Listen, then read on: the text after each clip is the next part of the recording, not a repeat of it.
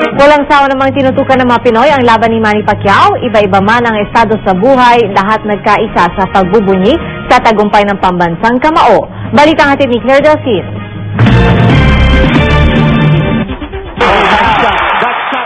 Sa pagbagsak ni David Diaz mula sa kamao ni Manny Pacquiao,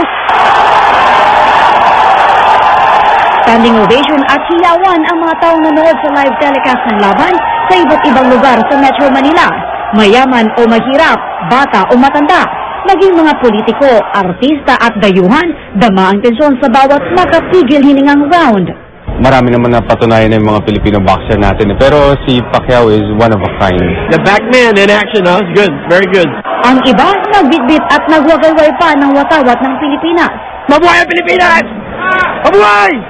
Pero ang mga taga San Andres sa Manila, tila nabitin. Humingi pa ng rematch, pero hindi sa pagitan nila Pacman at Diaz. No match yung kalaban eh. Dapat magkaroon ng rematch kay Marquez. Mas magaling si Marquez.